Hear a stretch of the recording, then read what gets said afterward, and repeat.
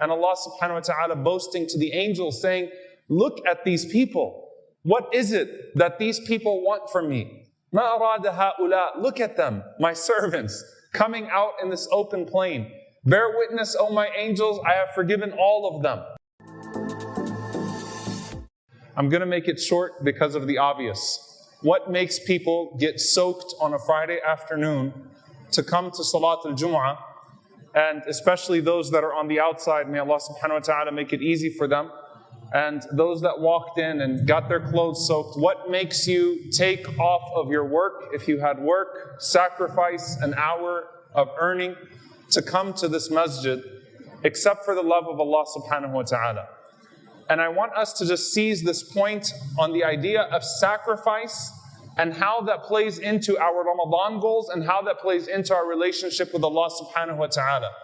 Everything that the Prophet ﷺ spoke about in terms of giving up our food and drink for the sake of Allah subhanahu wa ta'ala is something that Allah subhanahu wa ta'ala praises and says, look at my servants, they gave up their food and their drink. Especially when it's a hot summer day and when you're in those last moments of your iftar and your Lord, or right before iftar, and your Lord is looking at you at 7:45 p.m. when you're dehydrated and tired and hot, and Allah subhanahu wa ta'ala sees you in that moment making dua to Him subhanahu wa ta'ala, asking Him for His goodness, even while the food is right around the corner from you, you're just thinking about Allah's forgiveness and you are exerting yourself in dua.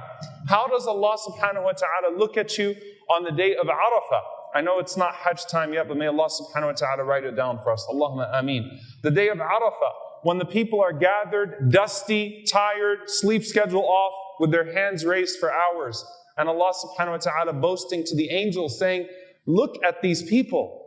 What is it that these people want from me? مَا أَرَادَ هَؤُلَاء. Look at them, my servants, coming out in this open plain. Bear witness, O my angels, I have forgiven all of them. How does Allah subhanahu wa ta'ala see the servant that wakes up at night? تَتَجَافَى جُنُوبُهُمْ عَنِ الْمَضَاجِعِ يَدْعُونَ رَبَّهُمْ خَوْفًا وَطَمَعًا وَمِمَّا رَزَقْنَاهُمْ يُنْفِقُونَ. Fighting with their bed. Literally, تَتَجَافَى جُنُوبُهُمْ عَنِ الْمَضَاجِعِ. Your sides, you're flipping from side to side. Is it really time now? Do I have to really wake up now? Should I just sleep through this one? Or should I wake up and should I pray a couple of rak'ahs? Should I pray my salat al-witr? You know what? Let me wake up and pray. How does Allah subhanahu wa ta'ala look at you when you're standing up and making wudu and doing that even though you are absolutely exhausted? How does Allah subhanahu wa ta'ala then look at you when you give up sins that are so beloved to your heart, that you are so addicted to? I will never forget the shahada of a man who I thought to myself, and I hope that my dhann in him, my assumption of him was correct, Allah must love this person. The shahada of a man who told me, he said, Sheikh, I'm not giving up family to become Muslim. I've already lost my family years ago. He said, but my only friend has been the bottle twice a day, alcohol, khamr. And he said, I'm going to give this up for Allah subhanahu wa ta'ala. I'm going to give it up for Allah, and I'm going to prove to Allah that I love Him, because Allah knows that the most beloved people in the world to me could not get me away from this bottle. And now, mashallah, he's 8 years sober. And I think to myself, subhanallah, the stories of those sahaba that had to give up these things. When Allah looks at someone that made really, really, really hard sacrifices for Him. And I quote to you this hadith, where the Prophet ﷺ said, Allah is amazed by this person. Allah admires this person. رَجُلٌ ثَارَ عَنْ وِطَائِهِ وَلِحَافِهِ مِنْ بَيْنِ حِبِّهِ وَأَهْلِهِ إِلَى صَلَاتِهِ. A person who on a cold night, the scene is set.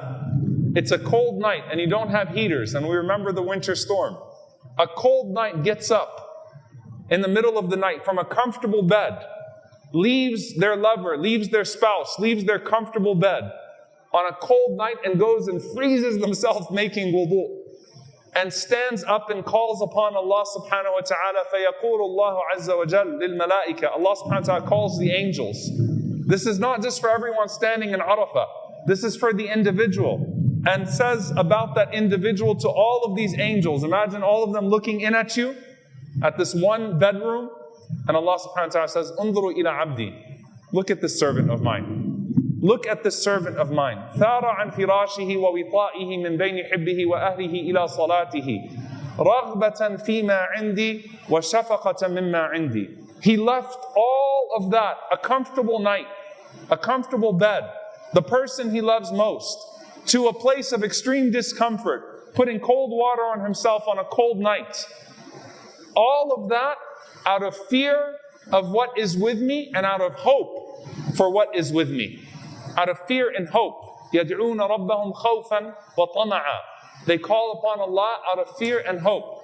And Allah subhanahu wa ta'ala says to the angels, مَا حَمَلَ عَبْدِيَ عَلَى هَذَا. What do you think caused my servant to do that?